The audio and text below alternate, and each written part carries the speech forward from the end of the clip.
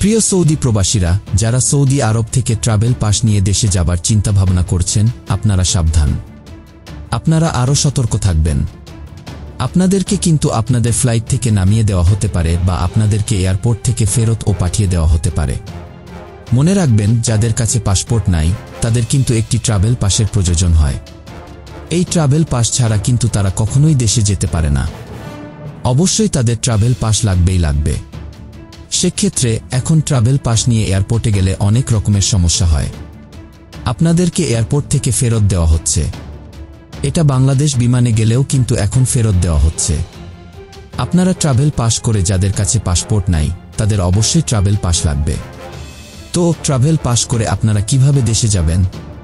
যদি আপনারা এই ট্রাভেল পাস নিয়ে এয়ারপোর্টে যান আর যদি আপনাদেরকে এয়ারপোর্ট থেকে ফেরত দেয়, তাহলে লাভ কি হলো? এই ট্রাভেল পাস নিয়ে আপনাদের কোনো লাভই হলো না। আর অনেকে বলেন যে ভাই, ট্রাভেল পাস মালুমাত করলে তো কোনো সমস্যা হয় না। দেখেন, ট্রাভেল পাস মালুমাত করা অনেকটাই কঠিন এবং অনেকটাই ব্যয়বহুল একটা বিষয়। আপনি কখনোই আপনার ট্রাভেল পাস মালুমাত করতে পারবেন না আপনার কুফিল ছাড়া।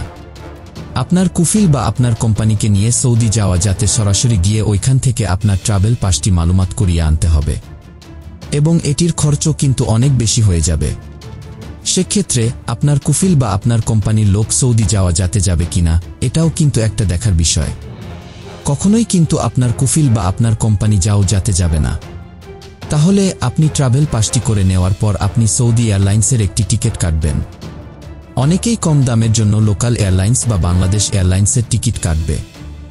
বাংলাদেশ এয়ারলাইন্স দিয়ে যদি আপনি ট্রাভেল পাস নিয়ে দেশে যেতে চান, তাহলে কিন্তু আপনাদেরকে বাংলাদেশ বিমান থেকে ফেরত দেওয়া হচ্ছে।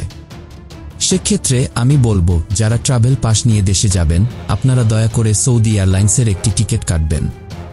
আপনার টাকা কিছুটা বেশি লাগলেও কিন্তু আপনি সৌদি এয়ারলাইন্সের টিকিট কাটবেন।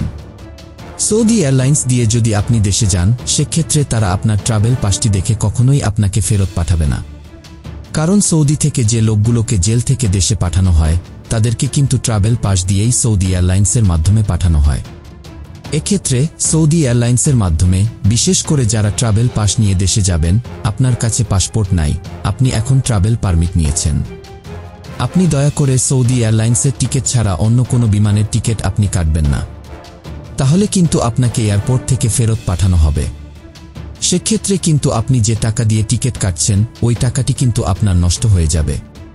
আপনি কিন্তু আবার নতুন করে টিকিট কাটতে হবে। সেক্ষেত্রে আমি বলবো, যারা ট্রাভেল পাস নিয়ে দেশে যাবেন, আপনারা দয়া করে সৌদি এয়ারলাইন্সের টিকিট কাটেন। আপনি নিশ্চিন্তে দেশে যেতে পারবেন। আপনাকে এয়ারপোর্ট থেকে ফেরত পাঠানোর কোনো চিন্তা বা কোনো ভয় কিন্তু আপনার থাকবে না। এই ছিল আজকের গুরুত্বপূর্ণ একটি আপডেট তথ্য। ভিডিওটি সর্বোচ্চ শেয়ার করে সবাইকে জানিয়ে দেওয়ার চেষ্টা করুন।